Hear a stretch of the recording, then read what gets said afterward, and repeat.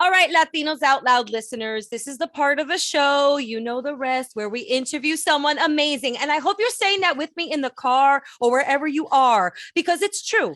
Every week, we interview someone amazing. And that's who we have this week. She's a filmmaker, she's a writer, and she's on a show with some of our friends we're going to talk about. Please put your hands together for Dominicana, Gracie Mercedes. Come on!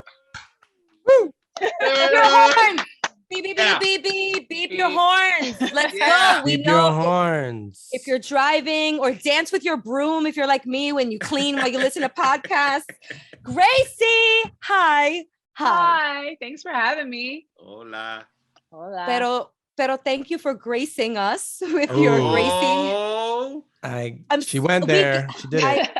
And in like the first 15 seconds too. You believe that? It wasn't even like, I wasn't even trying to be comical yet. Like we usually like start to, talk on the serious tip. Like, hi, how are you? But we dove right in. Okay, but it's Latinos Out Loud. We're very excited to have you here. Thank you for joining us. Now, we like to tell our listeners where our guests are located. So where you at, yo? I'm in Los Angeles. I'm in sunny, LA. I mean, the sun went down now, but I live in LA. I'm from New York originally, and I'll be back soon for the holidays, so I can't wait. Oh, how is that? Like already having moved to the West Coast, and when you come back home, what kind of reception do you get from your family? Is it like, like, how's LA, Hollywood? Fancy. The weather's good all day, right? Every day of the year, right? Is somebody carrying your maletas for you? Beverly Hills 90210, right? I haven't gotten that yet. Dylan. Luckily, I haven't gotten that yet. My mom loves it here, to be honest. She's all about it. She's actually in town right now. She's in San Diego where my sister's at college. So she's in town right now. But yeah, I don't get it. My whole family really loves LA. They like my brother kind of shit talks it a little bit. Are we allowed to curse? It's okay. Yeah. We from New York, so it's hard. It's open. But yeah, my brother kind of can give me some smack about it sometimes, but he could be like, "You're so LA," but otherwise he's good. He's good too. Well, congratulations on Grand Crew. Oh my God. I'm so excited about this show for so many reasons. First of all, you're working with Ex Mayo, who's a dear friend, right, to us in this podcast in New York City. She is going to be on the show in a few weeks. And the other reason, like the diversity, when we see one of us, it feels so good, you guys. On a network show, this is congrats. Wow. Thank you so much. Tell us about Grand Crew, please. It's literally a dream come true. I mean, I've been working at being an actress for like 13 years. This is my first series regular. I was lucky. Yes, thank you. I was fortunate to be able to be a working actress with commercials and day roles, but this is the first time I'm on like a show full on.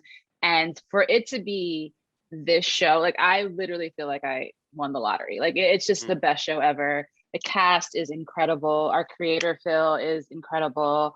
Our EP, Dan Gore, incredible. Like everyone on the show is just so funny, so talented, so nice. We fell in love with each other within like the first week. We wrapped, we got matching tattoos last week. What? Yo, what did you get? Show us. I mean, if you can. Okay. This bear right here is part of the logo of the wine bar we all go to. Oh, wow. That's amazing. Yeah, we're like so in love with each other. It was Nicole Byers on the show, and it was her idea, and we were all like, let's go. And we did it, and we got tattoos 2 weeks ago. I like that. If you didn't tell anybody that it was from a show, it'd be funny if you were like, yeah, no, this is from a wine bar. Right. Me and my friends I mean, it's a really cute bear. If it was anything else, maybe we wouldn't have gone as far as doing this, but we're like, oh, it's just a cute bear on my arm. No one's gonna know. I have a question. How did the tattoo artist feel after doing 35 bears on people's arms? Wow. Was he okay? It was 5 of us, and then we had different tattoos. Okay. Yeah. The key grip was like, I'm not doing the tattoo, guys. Maybe it was the whole cast and crew.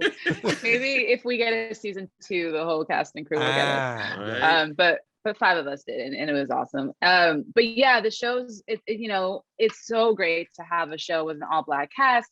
I feel so grateful to be on the show. And the great thing about the show in general is like, not only is the cast Black, but like the writers room was very diverse.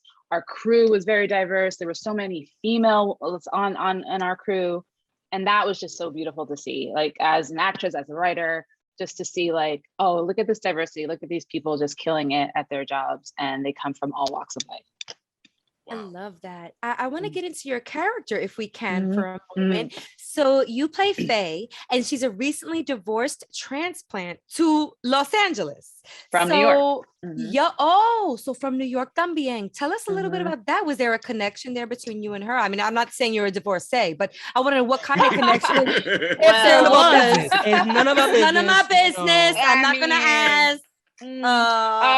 Yeah. So my husband and I are actually getting a divorce, which is crazy, but it's fine. It's good. We like are really good friends, and it was just the time had come. We've been together for 13 years. And the crazy thing is we separated in February. Again, I don't think I've spoken about this publicly, but I will give it to you guys. Wait. She's a method actress, Rachel. That's all you need to know. Yes, I'm a method actress. Yes. No, so I have to yeah. Can I say something? Yeah. I want to thank you for saying that. I really want to thank you for saying that. That was so courageous of you.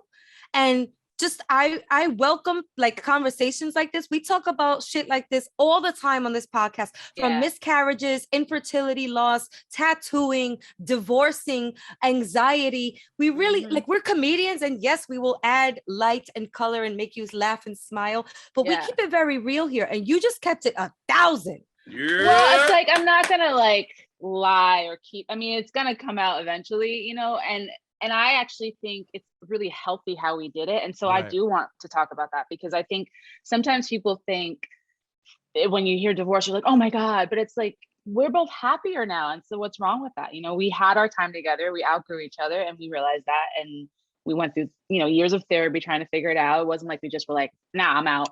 Like, we actually worked through it, and we're like really good friends. A lot of our friends are like, God, you guys are like the poster children for divorce. Like, you're doing this so well. Like, you're actually friends. Like, we didn't think you're really going to be friends, but you're actually friends. Like, it's crazy. Like, I helped him pick out a rug for his new place yesterday. Wow. Okay. So like, yeah, but like, all that to say, we split for real in February, and this audition came in my inbox in the end of July. Yeah, end of July. And it says, Faye, going through a divorce, from New York, just moved to LA, dry sense of humor, like everything about her. I was like, this is me. Like, I was like, this is literally me. And it's kind of like that cliche. They say it, the right part is going to fall in your lap one day, and that's the one you're going to get. And when I saw it, and then when I saw like Echo Kellum was a part of it, who I know from my improv days, I was like, and Echo's on this show, and I know all these other people on the show are freaking amazing. And so like, I worked my ass off to do this tape, and long story short, 2 weeks later, I got the job. But it was the first time I felt like, oh my God, I think I'm going to get this. And if I don't get this, I'm quitting acting. Because I'm like, no pressure. Yeah, no pressure.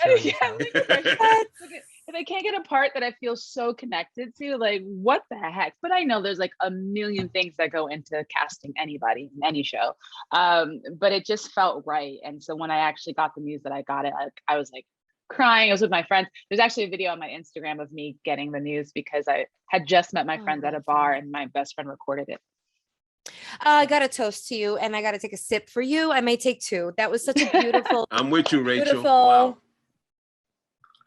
Look, we out here in the grind. We know this grind. We know this process. We're writers, we're actors, we're improvisers, we're sketch comedians here. Okay. We salute you. I think I speak on behalf of all of us. I'm just saying, we're from New York, so we're born with it, but man, it takes skin and blood and time, perseverance. So much rejection. Woo! Takes a village. Yes. Everything you're Mhm. going through personally, on top of that, felicidades, mujer. Enjoy Thank every you. second of this Thank happiness. you. Now, please, let's get back to the character. I know you're a lot like her, Yes. but tell us Yeah. about her evolution. What can we expect from her in the show?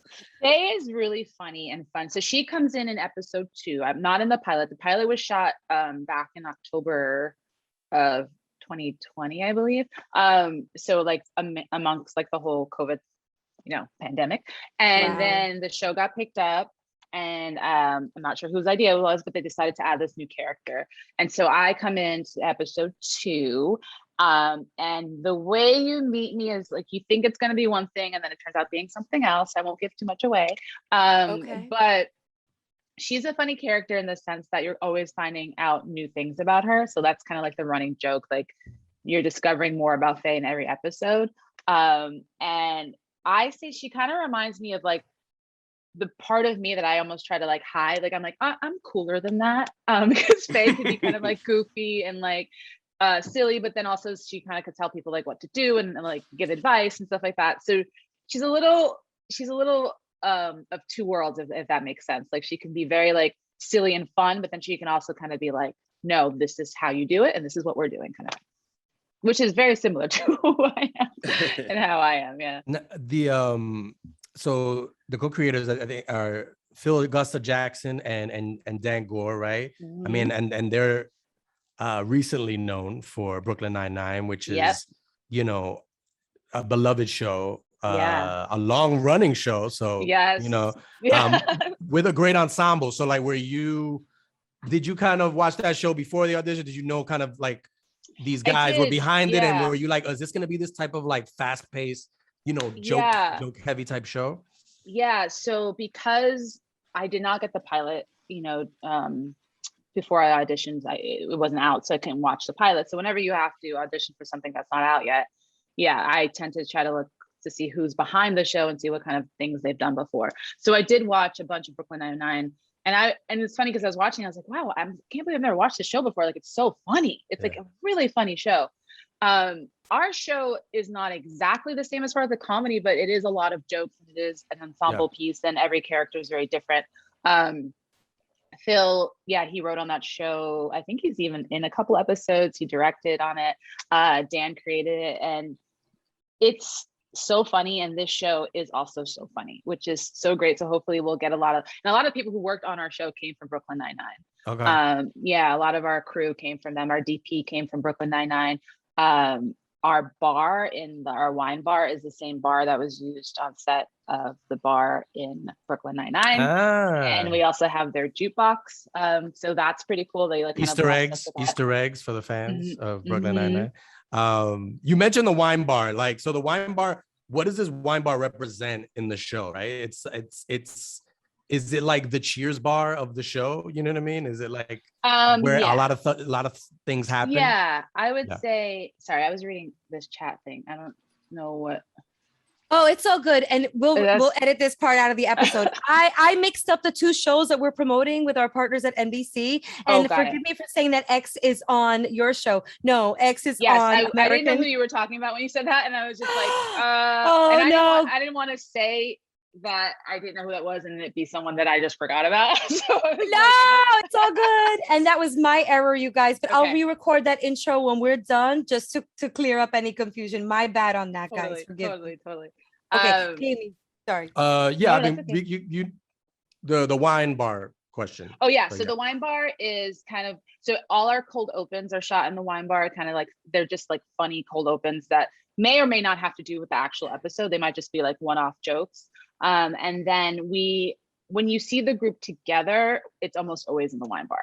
And then the episode will go off into like different stories, whether it's like Nicole's character and Echo's character doing a brother-sister thing, or my character, Anthony doing, like, it really just depends on the episode, but we always kind of come together at the bar. So I kind of say, and I don't know how NBC will feel about this, but I like to call it like Cheers meets Friends with an all-black cast. Like, cause it's like, I mean, two amazing shows, but that same, like, we have a place we go to all the time, and then there's 6 friends, like friends, and there's all that dynamic between like friendship and family and dating and marriage and love and work and all that. So Gracie, was there instant chemistry with the cast? Yes. Yes, 100%. I had to do a chemistry read with Nicole because we play best friends on the show. And my chemistry read with her was so much fun. Like it was over Zoom because again, COVID. But we really had a great time like improvising and just playing with the scene. And then once I got on set, you know, it's a little nerve-wracking to come into a show as a new person. They had already done the pilot together and you know, here I am added in, and they were all so welcoming and so sweet and so great. And like instantly I felt chemistry with each and every one of them because, you know, the way the show works, because it's ensemble, you get to have really great intimate scenes with each character on their own. And then we have these great group scenes that are always really, really fun. And yeah, right away I was just like, oh my God, this is like the best job ever. It's so fun.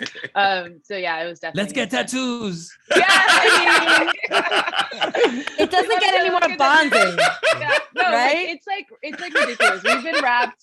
I think we've been wrapped like a month, and we see each other all the time. I went on a hike with Aaron earlier, and like Phil just hit our chain, and he's like, "We're gonna get wine tonight. Who's coming?" I was just like, "We are like in love with each other."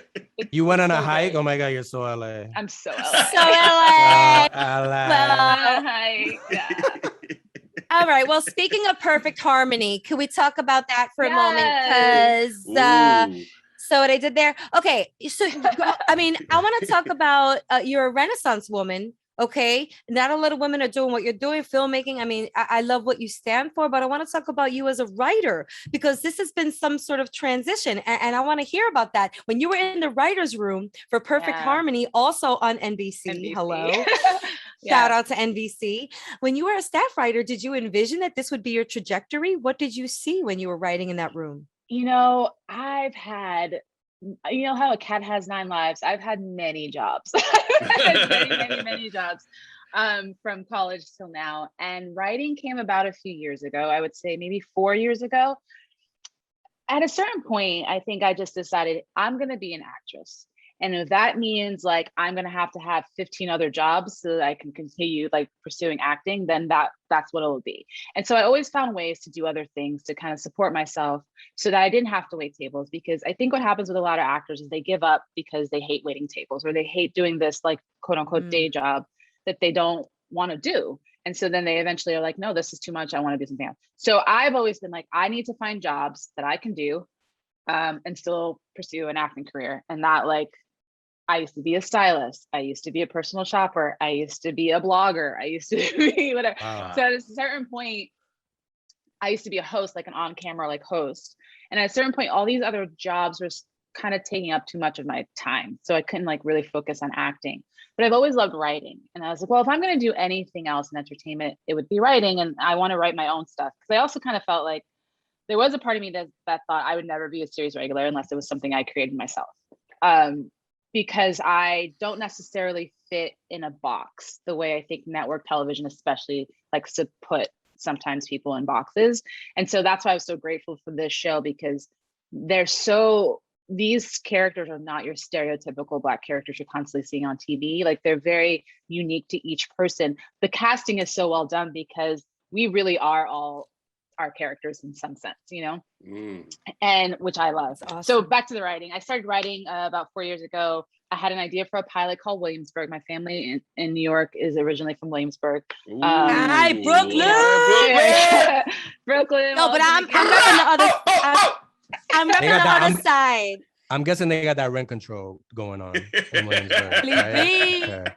I'm from Sheepshead Bay, girl. I'm from like not many of them are still in Williamsburg, but there was a big part of me, like when like Williamsburg became trendy, I was like, you know, Dominicans have been there forever. Like my whole family is in Williamsburg. Like what? Let them know.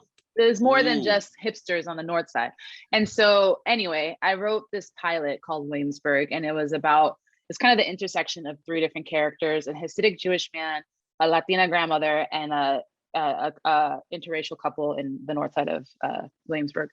And that led to getting people to read my pilot, like just to see me as a writer, I guess, and getting representation. And then long story short, Leslie Wake Webster, who was the creator of Perfect Harmony, she was like a friend of a friend and had heard that I had been writing. And she was like, oh, can you send me a sample luckily I had Williamsburg because I had no other writing sample. And I thought for sure I would never get the job because Williamsburg is very much like a dramedy, like kind of a cable or streaming type show. And Perfect Harmony is a straight up network musical comedy. And I was like, this is nothing like her show. Like this woman's never going to hire me. But the pilot got me a meeting and then got me more meetings. And then I got the job. And I was so scared to be in that writer's room. I was like, I had heard so many things about writer's room. But again, I don't know if it's like luck or NBC or what it is, but like this writer's room was the most amazing writer's room experience of my life. I mean, it was my only experience, but I had heard so many horror stories about writer's rooms, and this writer's room did not have that at all. It was led by a woman. It was 50% women. It was diverse. I was also afraid of walking into a room and being the only person of color. I wasn't. There was like 4 of us. So it was just like, it checked all the boxes. And then as an actor being in a writer's room, I was like, I felt like I was pulling the curtain on Oz. You know what I mean? Like I was seeing everything behind the scenes. I was like, oh, okay. And you realize so much of us getting cast and stuff has nothing to do with our like our talent. Like everyone's talented. Everyone who auditions for these things, when you get to a certain point, they're all talented. But it's like, are they the character that this person envisioned? And that's really all that matters, right? At the end of the day. And so like I learned that. So I learned not to take things so personally as far as being an actor. I learned not to be a pain in the ass as an actor because, you know, there's the just writers so will many... be like, all right, we're gonna give you no, for real. I learned that you're gonna be a plot. You're gonna be like a plot C of this episode. Exactly that. Like, I don't think I realized how much power writers have on TV. Like, it's all about the writer's room, and it's all about the writer and the showrunner makes all the decisions. And the writers were pitching actors all the time for parts. Like, I got to pitch friends for parts, and some of them got those parts. And so you just realize the power of the writer on network television or any television show, really. And then there was also just, you know, learning how to, like, being on set and watching. I mean, Bradley Whitford was on our show. He's one of the best actors of all time. Anna Camp, like all these really great, funny actors were on this show. And so I got to see them firsthand and see them work and see them be thrown lines by us writers and them just like pick it up and handle it and go. And it just gave me so much, it was like a masterclass of acting. So it's like, I not only did I get to be a writer and learn more about writing and how to be a better writer, I got to sit and watch these great actors and learn to be a better actor. Wow. That's just really interesting, that whole section right there that you said. Wow. Yes. Now that you're a regular, you know, on a show, is it sometimes hard to like shut your writer brain off, you know, when you're kind of, do you know how to separate the two? Like, are you sometimes kind of like analyzing the lines in a writer way? Yeah, it's been really not an issue on this show because the writing is so good. Like, Phil's a genius and he's so good, in our writers group. Our writers room was so good. And so there was never a time, because, you know, as actors, especially when you get sides for auditions, you're like, what is this? Or you like try to make it like work. Yeah. When I got the sides, when I got the audition, that was part of the reason why I was so excited about the show. Because I was like, these scenes are so funny. Right. And these scenes are not even scenes in our show. They're just like dummy sides they had for auditioning. And I'm like, these scenes are so great. They're so funny and so wonderful. So it got me really excited to actually audition. And same thing, when we get these scripts, they're always so well done and so funny and so well crafted. And there's heart to it.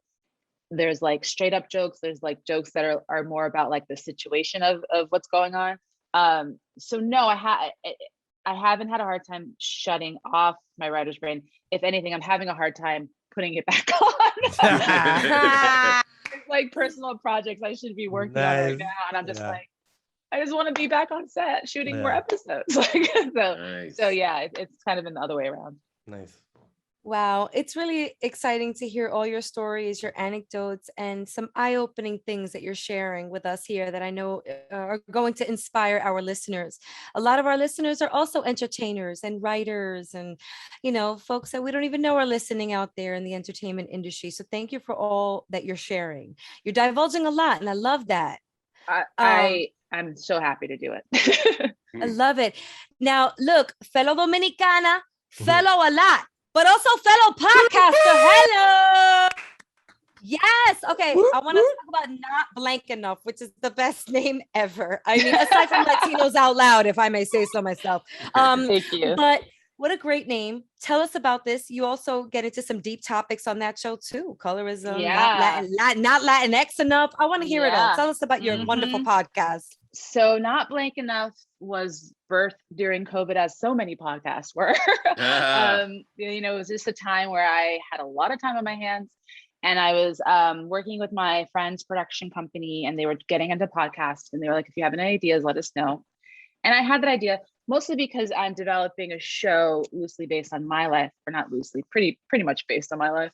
And a lot of the themes in that show is about me growing up feeling, and still to this day, not blank enough, not Latina enough, not Black enough, definitely not white. And so always feeling this like kind of like an outsider looking in. I think being an Afro Latinx person, I think a lot of us go through this with this feeling of like maybe our own people not accepting that we're Latinx enough, or white people not accepting that we are Latinx because we don't quote unquote look Latinx. And so there was always this feeling of that. And so I was like, oh, I would love to just talk to people. It was mostly creatives just because I know a lot of creatives, but then we had a NASA and an engineer on our show, like, who's incredible. What? Yeah. And so I'm we just obsessed like with NASA. Yeah, me too. I'm like, I need to go. Word. So it was just like an idea that I had. And then we started doing these interviews, and they were so great. And what I realized is like, God, whether you are white, Black, Latinx, Asian, gay, straight, bi, like we all go through it. We all have these feelings of being not blank enough and not feeling enough of something throughout our lives. And sometimes there's parts of that you kind of quote unquote get over or are able to deal with, but sometimes it keeps coming up in your life. So yeah, we recorded we recorded like 40 something episodes, 2 seasons, and they're all available wherever you get your podcast. But yeah, the one Not Latinx Enough is probably the one where I talk the most about myself and my personal experience, but I talk a little bit about my personal experience throughout all episodes. Wow. Mm-hmm. Gracie, getting a little bit more personal, tell us more about growing up in New York City. Where'd you grow up in New York City? How was your experience growing up in New York City? I was born in Brooklyn Hospital, grew up in Borough Park. Okay. Yeah. I grew up in Borough Park, which, I went to Catholic school my whole life because back then, and maybe still now, the public school system was trash. And still is. That none's changed. Yeah. So my mom, worked her butt off to get me into Catholic school my whole life. So 12 years of Catholic school, lots of Catholic guilt and all that comes with it. But I with that, I was surrounded by mostly either Latinx people, Italian people, and then Hasidic Jewish people. And I wasn't friends with Hasidic Jewish people because they kind of keep to themselves, but I always saw them. They were always around, which I always found really interesting, their culture really interesting. But my closest friends were usually Italian American or Latin. And my stepfather, since I was 12, is Italian American as well. Okay. So I definitely grew up with some diversity, but I definitely felt like a lot of people didn't know what Dominican was. Oddly, back then, it was if you weren't Puerto Rican, they were like, "What are you?"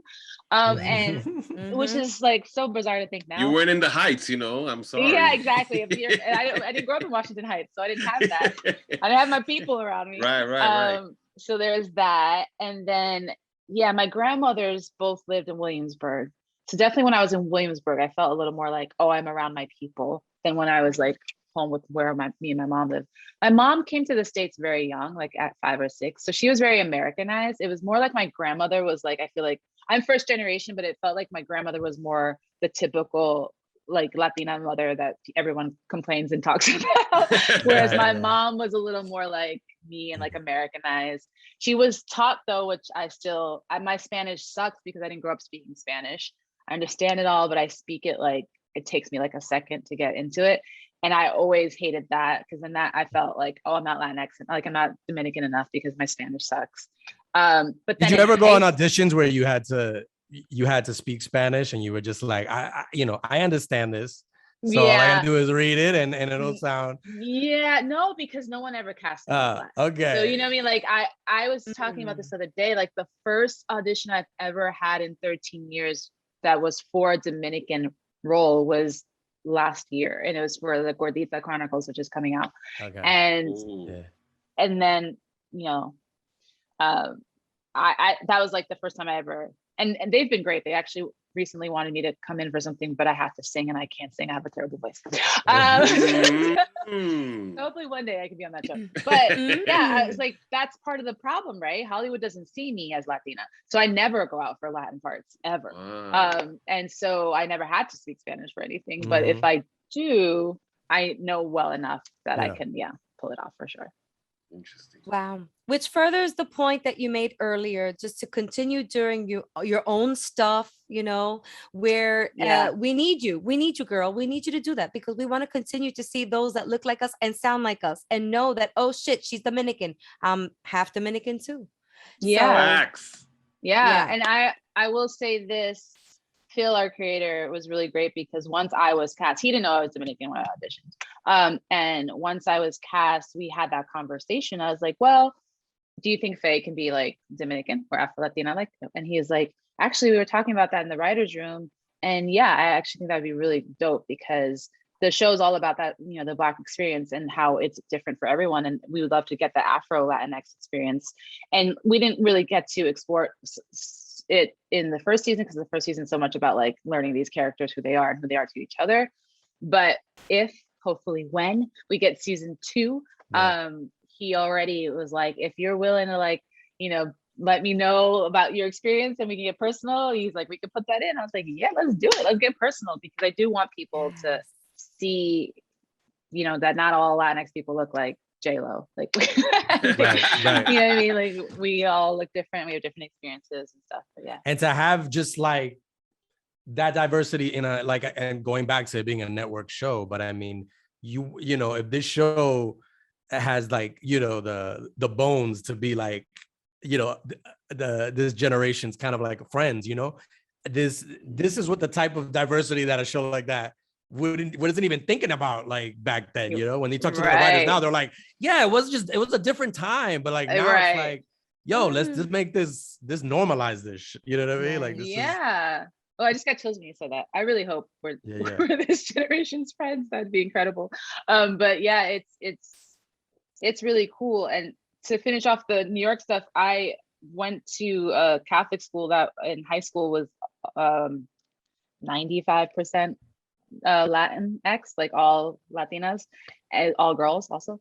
And so that was the time that I kind of got to connect with my Latin roots a little bit more because literally we were all Dominican and Puerto Rican. And so I, you know, went to the Latin clubs and spoke a little more Spanish and, you know, all those things. Yeah. Hey.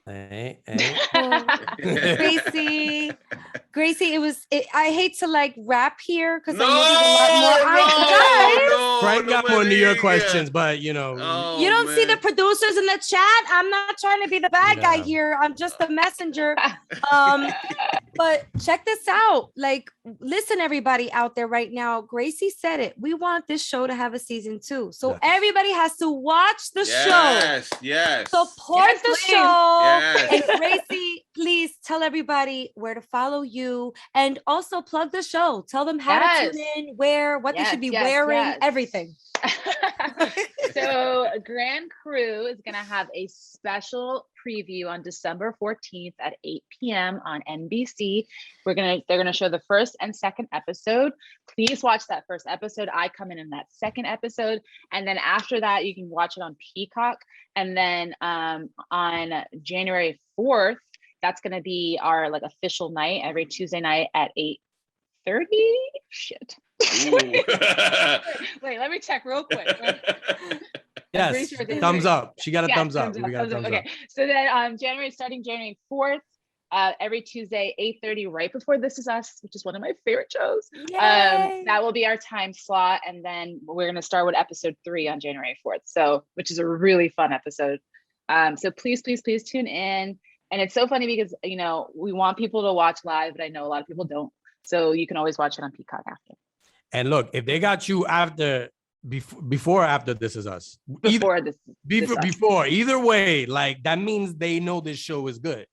You don't put any show right up, right before This Is Us. Okay, so check this show.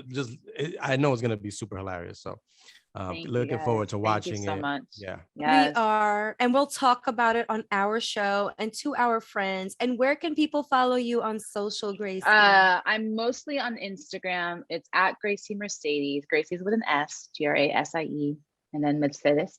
I'm not on Twitter as well, but I'm not on Twitter as much. So hit me up on Instagram. All right. Well, keep doing your thing, shining and spreading the colors of our wonderful Latinx rainbow out there for us. Yeah. Palante! Yeah. One time for Gracie Mercedes. Thank you, guys.